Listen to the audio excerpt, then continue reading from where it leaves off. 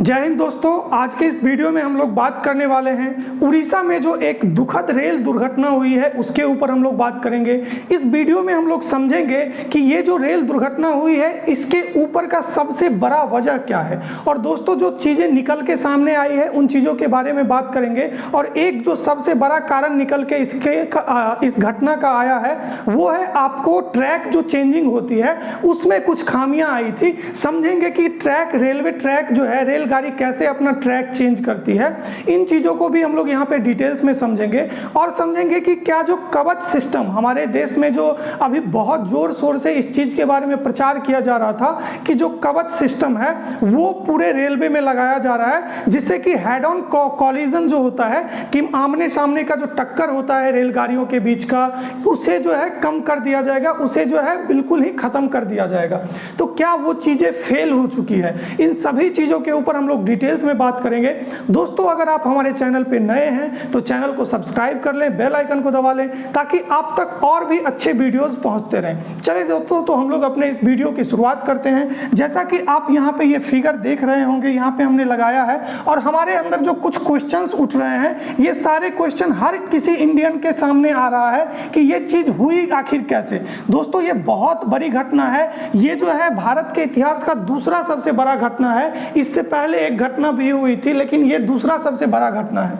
तो दोस्तों जो बिगेस्ट क्वेश्चन जो इस चीज के ऊपर उठ रही है पहले हम उसको समझते हैं। पहला तो ये है कि ये घटना हुआ कैसे, इसका पूरा कारण क्या था, कैसे ये घटना घटित हुआ।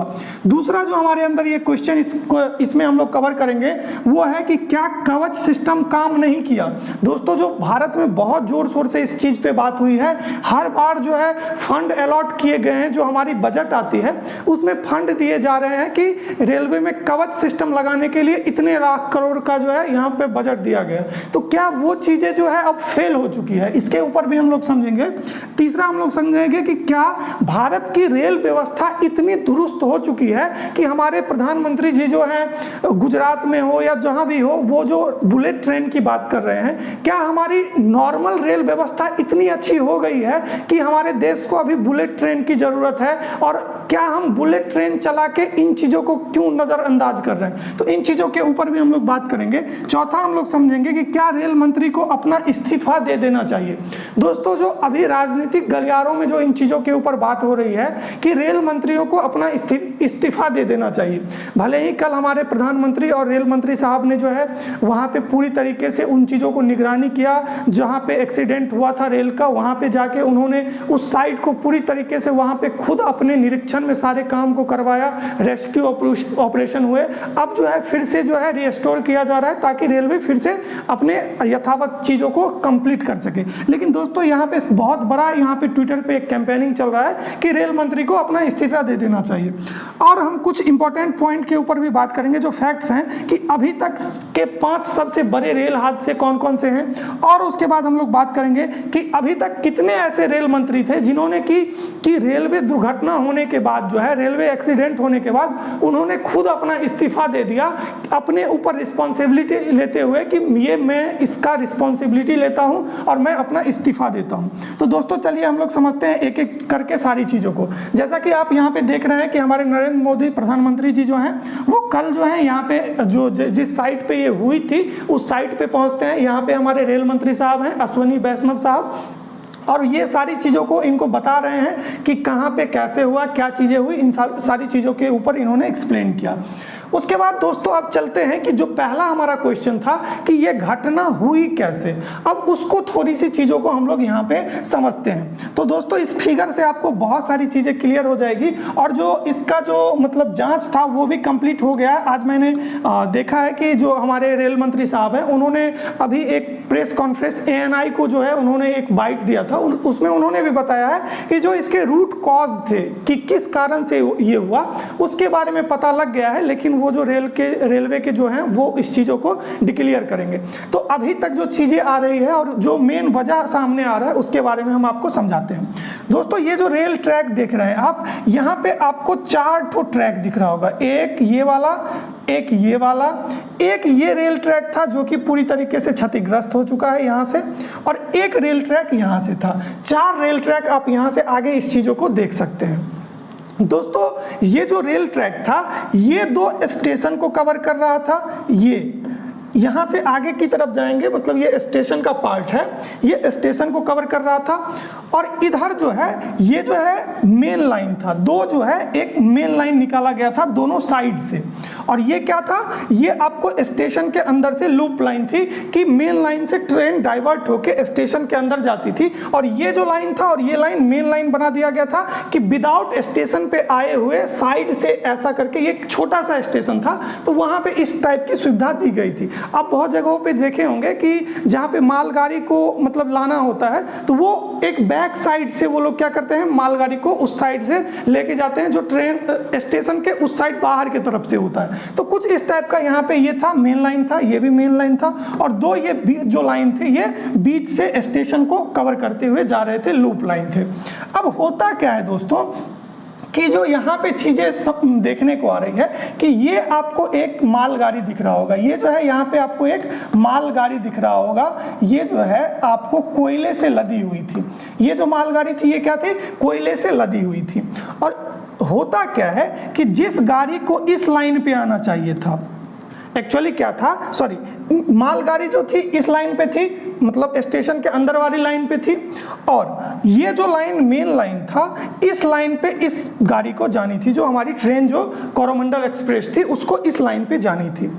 अब होता क्या है, जैसे कि आप लोग को इस चीज़ को समझने से पहले मैं थोड़ा सा एक चीज़ एक्सप्लेन कर देता हूँ कि रेलवे में जो ट्रैक चेंजिंग होता है वो कैसे होता है। तो देखो ये जो है आपको यहाँ पे दिख रहा होगा, ये पटरी को चेंज करने का यहाँ पे आप लोग देखे भी होंगे रेलवे में। तो ये जो हमारा चेंजिंग पॉइंट होता है, इसमें क्या होता है कि जैसे ही वहाँ से आपको सिग्नल वहाँ पे स्टेशन मास्टर को मिलता है, वो क्या करते हैं, इस चीज़ को, अगर मुझे जो है इस गाड़ी को इस लाइन पे, मेन लाइन पे लेके जाना है, मतलब इस गाड़ी को मुझे डायरेक्ट इस पटरी से होके लेके जाना है, तो क्या करते हैं कि ये वाला जो ट्रैक है इसको इस पटरी से हटा देते हैं, इसको जो है इस तरफ जो है शिफ्ट कर दिया जाता है। तो रेल क्या होगा, जो रेलगाड़ी इधर से आएगी वो डायरेक्ट इस रूट को फॉलो करते हुए इधर की तरफ निकल जाएगी।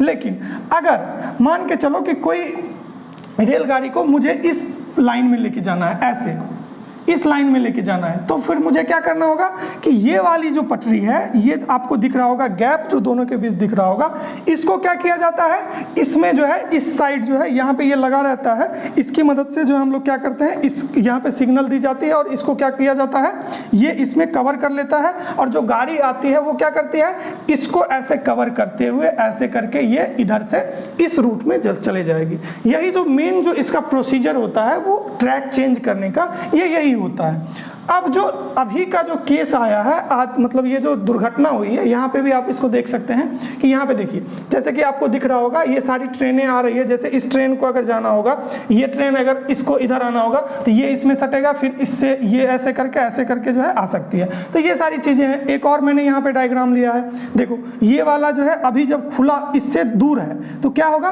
ट्रेन अभी डायरेक्ट इस पथ को मतलब ये रेल को फॉलो करेगी और चले जाएगी।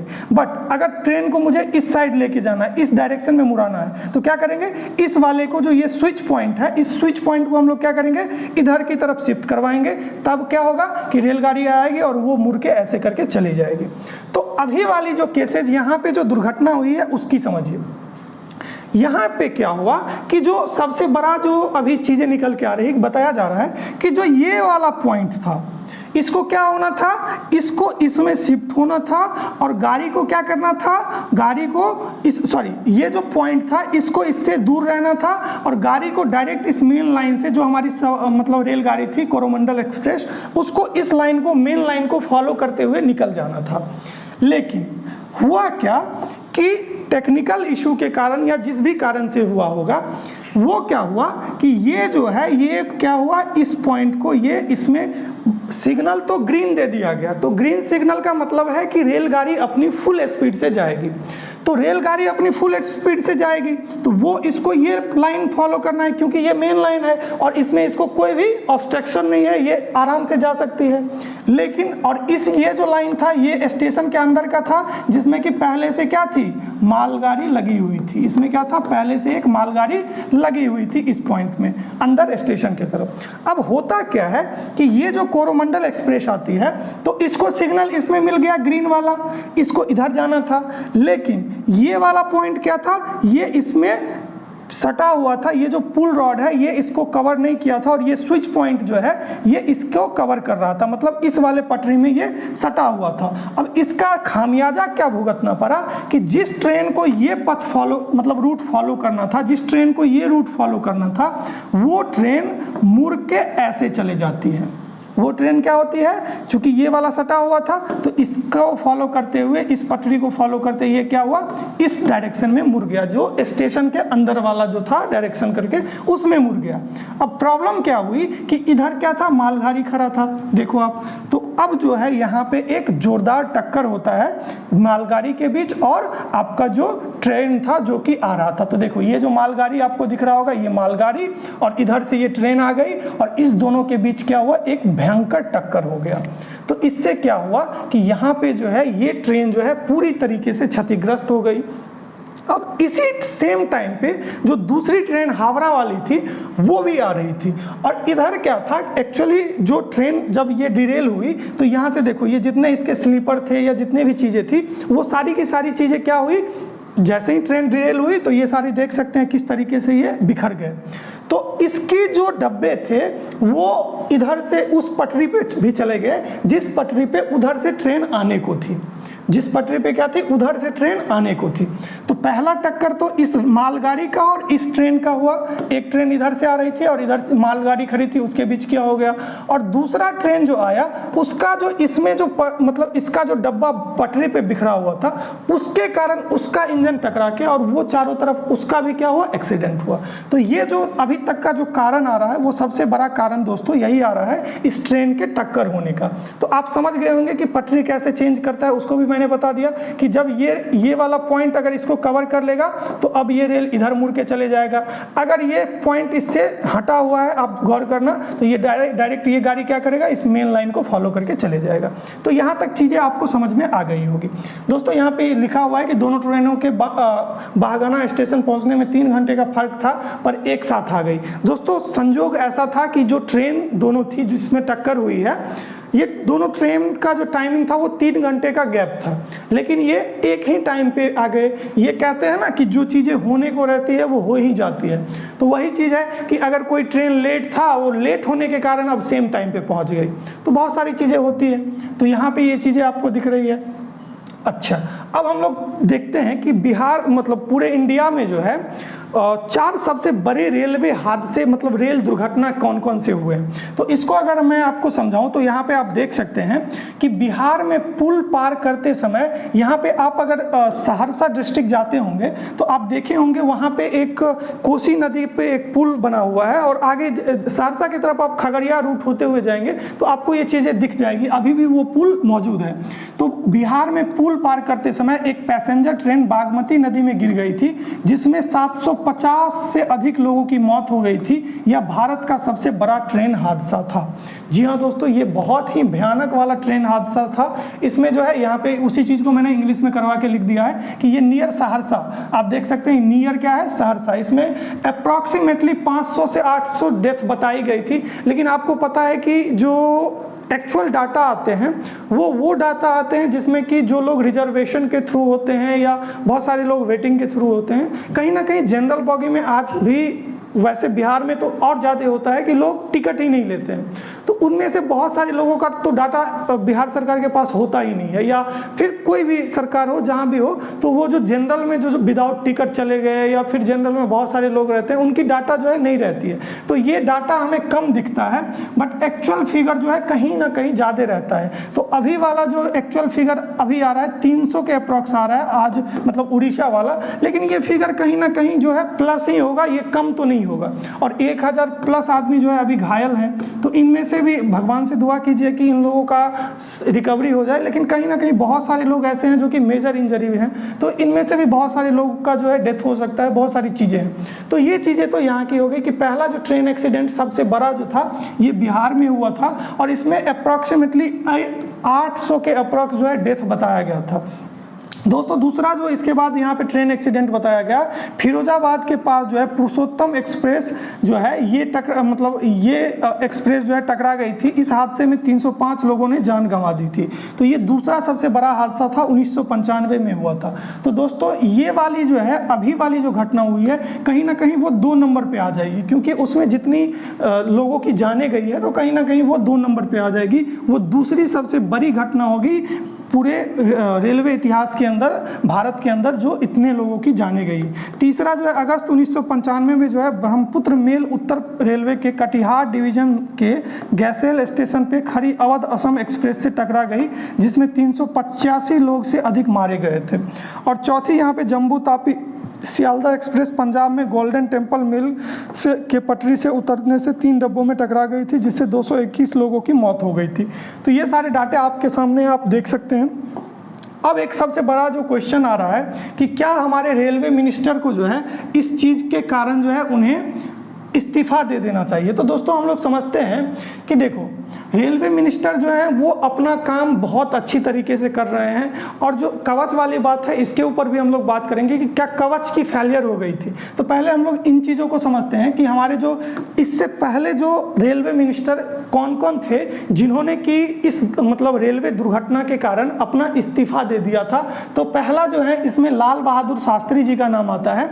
इन्होंने जो है रेल दुर्घटना हुई थी 1956 के अंदर, और उसको अपने ऊपर जो है इन्होंने लेकर, और उसमें इन्होंने क्या किया था कि अपना इस्तीफा दे दिया था। उस टाइम ये रेल मिनिस्टर थे, और इन्होंने क्या उस घटना में जो है 142 लोगों की मौतें हो गई थी। तो दोस्तों उन्होंने जो है अपना रेजिग्नेशन दे दिया था, यहाँ पे उन्होंने दे दिया था। दूसरा आती है इसके अंदर ममता बनर्जी। इन्होंने 2002 ईस्वी में जो है ममता बनर्जी ने भी रिजाइन कर दिया था अपने ऊपर मोरल रिस्पॉन्सिबिलिटी लेते हुए। और उस टाइम भी एक बहुत बड़ा डिजास्टर हुआ था, railway train disaster in the same year, उसी टाइम हुआ था 2002 के ईस्वी में। उसके बाद दोस्तों नीतीश कुमार जो बिहार के मुख्यमंत्री हैं, उन्होंने भी second resignation from the rail minister comes 43 year after the Lal Bahadur Shastri. तो लाल बहादुर शास्त्री पहली बार दिए थे, उसके बाद जो है नीतीश कुमार जी ने दिया था। इन्होंने असम में ही एक घटना हुई थी जिसमें कि ट्रेन डिजास्टर असम में हुई थी, जिसमें कि 290 प्लस लोगों की मौत की बातें कही जाती है। तो दूसरे हमारे जो नीतीश कुमार जी हैं, इन्होंने अपने ऊपर मॉरल रिस्पॉन्सिबिलिटी लेते हुए इन्होंने अपना रेजिग्नेशन दे दिया था। फिर उसके बाद ममता बनर्जी आती हैं, और अभी बीजेपी गवर्नमेंट में जो है सुरेश प्रभु जो थे, उन्होंने जो है 2016 में जो है एक घटना हुई थी, उसमें इन्होंने क्या किया था, अपने ऊपर रिस्पॉन्सिबिलिटी लेते हुए जो है इन्होंने अपना रेजिग्नेशन दे दिया था। क्या रेजिग्नेशन लेने से क्या इस चीज़ों का सॉल्यूशन निकल जाएगा? तो कहीं ना कहीं इसका आंसर है नहीं। इन चीज़ों के लिए सभी को मिलके अच्छे से काम करना होगा।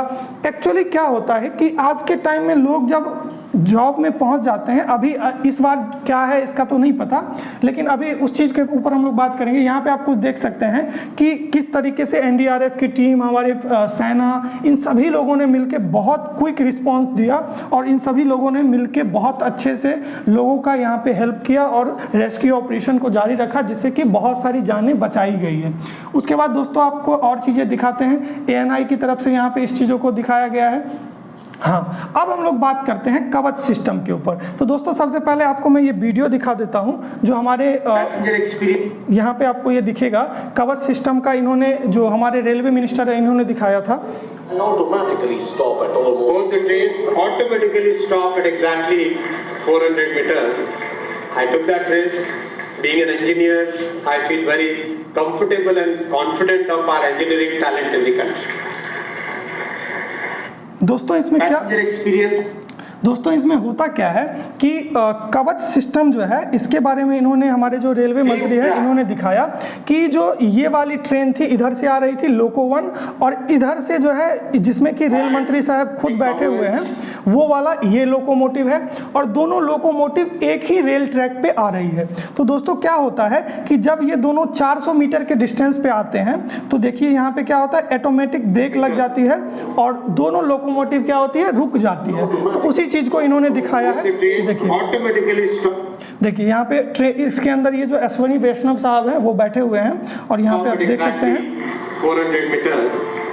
तो ये जो हुआ था ये बहुत अच्छा चीज़ था, लेकिन ये जो चीज़ें इन्होंने दिखाई है ये ट्रायल पीरियड की चीज़ें हैं। तो पहली चीज़ हमें समझनी होगी कि ये जो two trains coming at high speed. तो दोस्तों इसके बाद हम लोग समझते हैं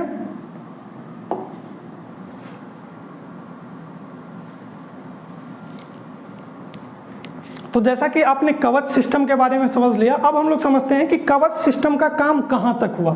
दोस्तों ये जो घटना हुई है वहां पे कवच सिस्टम लगा ही नहीं था, क्योंकि इसमें बहुत 1 किलोमीटर में बहुत अच्छा पैसा खर्च हो रहा है। तो इस चीज़ को अभी पहले तो वो जो चीज़ आपको मैंने दिखाया वो ट्रायल पीरियड का था। अभी इसमें कहाँ पे काम हुआ है उसके बारे में आप देख सकते हैं कि रेलवे बोर्ड ने पूरे देश में 34,000 किलोमीटर का जो है रेल ट्रैक पर कवच सिस्टम को लगाने की मंजूरी दी है। इसके लिए सबसे पहले जो है साल 2024 तक सबसे व्यस्त रेल ट्रैक को इस सिस्टम से लैस करने की टारगेट तय की गई है। दोस्तों तो इसमें जो है अभी 34,000 किलोमीटर का इन्होंने टारगेट रखा है, और इसमें एक प्रोसेस वाइज होगा कि जो रेलवे सिस्टम सबसे ज़्यादा व्यस्त है पहले उसमें लगाए जाएंगे, फिर उसके बाद उससे कम वाले में लगाए जाएंगे। तो अभी जहाँ पे ये दुर्घटना हुई है वहाँ पे ये चीज़ें लगी ही नहीं थी।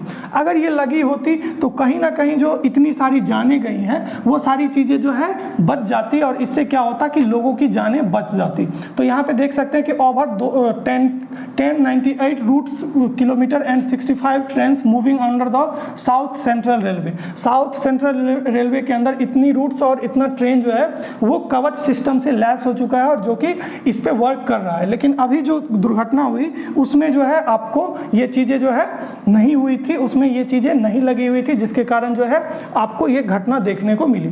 तो दोस्तों इस वीडियो में हम लोग इतना ही रखते हैं, वीडियो बहुत लंबी हो गई। अगर आपको ये वीडियो पसंद आई हो तो चैनल को लाइक, सब्सक्राइब एंड शेयर जरूर करें। चलिए इस वीडियो में इतना ही, थैंक यू।